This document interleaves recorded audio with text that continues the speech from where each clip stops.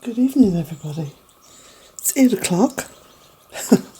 I say that with a faint level of surprise because it always surprises me how here in the west of Ireland at this time of the year the day seems to go on and on and on, and it's just absolutely beautiful. Been feeling a wee bit sad today because my family have all left, so here I am on my ownio. But before they left, I had the great pleasure of going out with them today. Well, some of them today, because some left early on this morning. And we went up to a lovely little market in County Sligo called Rathcormac Village. And it's craft market. And it's absolutely wonderful. And I thought it was time to treat myself to something beautiful. And for me, something beautiful is something that's handmade, that's a wee bit special, that is created with love and also created from natural elements, which I myself love. So before I show you what I got, I want to show you the figs on here because it's just amazing. Look at the figs. There's absolutely masses of them. Now, at one point I counted 50 figs on this little tree. Now, some may have dropped, some are hiding, as you can see there behind leaves, but it really is astounding to be able to grow figs here in the west of Ireland. But I shouldn't be surprised because it's the usual thing. It seems that anything and everything will grow here at Bealtaine Cottage. So,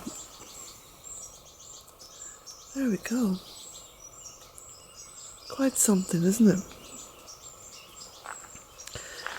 So we've had rain this afternoon. We've had a brilliantly sunshiny morning.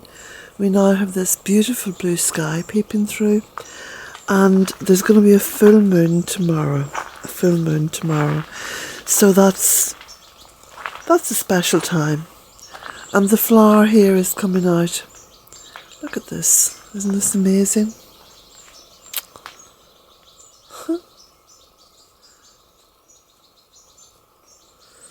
And then the flowers are just beginning to open up over there on the New Zealand flax. Just walk over here a little bit. The birds are singing happily. There's fuchsia flowers opening here as well. And these are the flowers on the New Zealand flax. I think they're going to be a sort of an orange by the look of it. Look at these. They're amazing.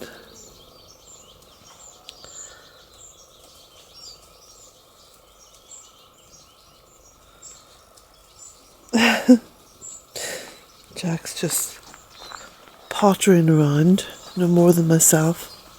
He likes to potter.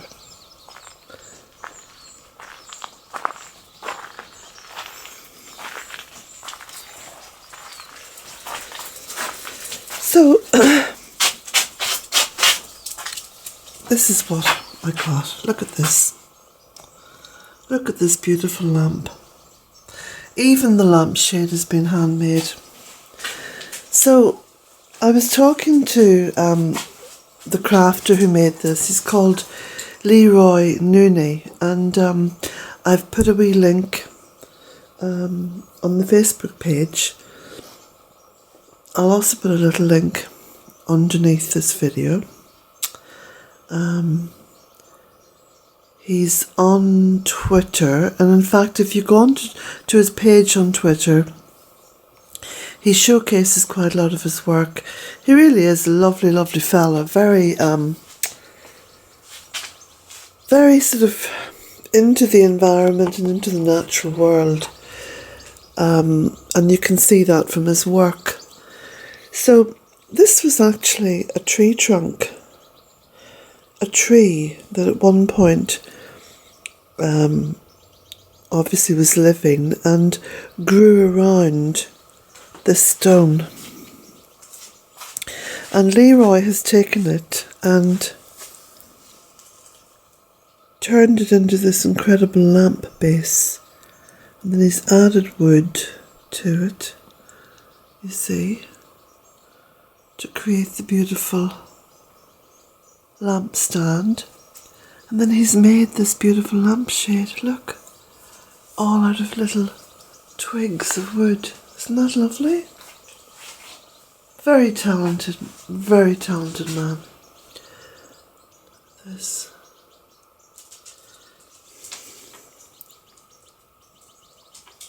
And he's actually taken off part of the stone as well, I think, just so you can see. Now it's not possible to see it in this slide, but the stone has got hues of blue through it, which is beautiful.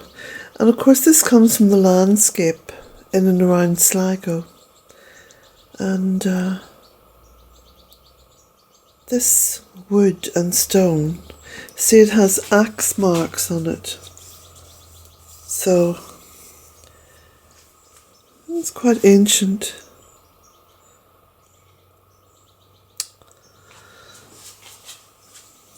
And there we go, I'll just put it back so you can see it.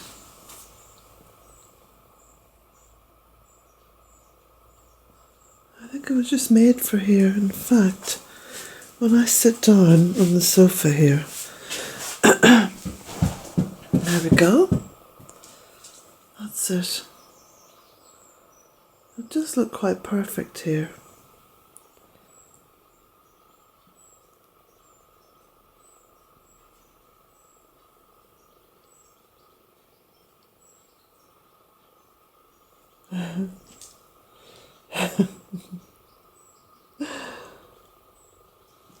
Oh, Jackie boy. Good boy. So, hauling it in from the car and setting it up and sort of resetting my little sideboard there has taken a little bit of the wind out of my sails, which is good because I was feeling very, very sad. You know, it's always a sad time when your family leaves. It's very rare occasions now when we all get together and share time and break bread together and laugh. But that's life, isn't it? That's the ebb and flow of life. So I have a mind now to drive into town because I was going to make some hummus. Because I bought some beautiful bread up in Sligo, some sourdough bread by one of those artisan bakers, you know, at the craft village. And I'm just thinking to myself, I just might take a wee drive into town, into Tesco's, and get some hummus. Because I'd like to get the paper. I like to get a weekend paper, either a Saturday paper or a Sunday paper, you know, and have a bit of a read. So I think I might do that. Now, there was 101 things I wanted to tell you, all of which have wafted out of my head completely. I'll have to make notes and send them to myself.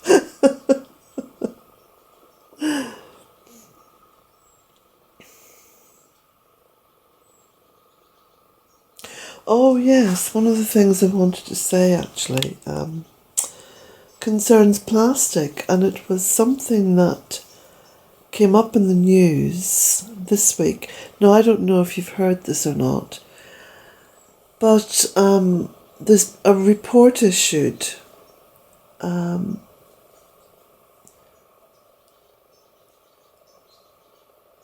that's been very well researched from what I can gather, that says that human beings in the Western world, so I think we're talking about adults in the Western world, are consuming, on average, 5 grams of plastic per week, which is equivalent to one of those plastic credit cards, plastic bank cards. So that's got to be probably the most shocking piece of information I had the misfortune to hear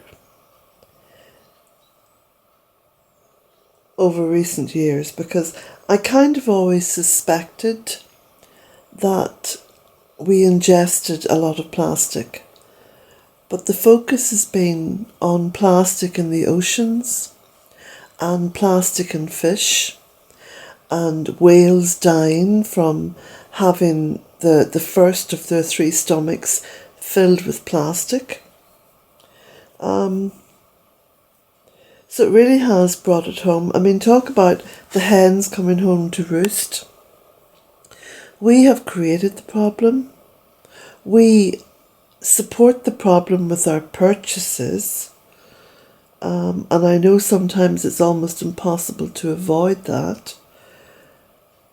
But to be aware of it, to finally have a study saying human beings are ingesting 5 grams of plastic a week. Now, also from what I can gather, though I'm sure there'll be a lot more research done on this, but from what I can gather, the plastic, the human body cannot get rid of this. That's scary. So I'm thinking to myself, because you know that I do juice fasts now and again, and I've done some pretty long ones, and I'm intending doing another one in the coming weeks. I don't know. I mean, I don't talk about it too much. I sort of mention it now and again if I'm on a juice fast, but I don't make a big deal out of it. But I am thinking that perhaps that might be a good way to rid the body of certain pollution. Excuse me. Excuse me. I've picked up a little bit of a sneezy kind of a, not quite a cold, but you might be able to hear a little bit of sneezy wheezy blockage in my voice. So I must take some more vitamin C. But yes, that was a shocking piece of news. I wonder if you have heard that where you live. I mean, I'm living here in the west of Ireland. I heard it on the news and on the radio news, because you know I don't have television. And I haven't had the time to research it properly because my family's been here and I've been otherwise occupied. But that's another one of the reasons why I want to go into town and buy a weekend paper, because you normally get a really good read on a weekend paper. So I'm hoping to catch up with news like that. So,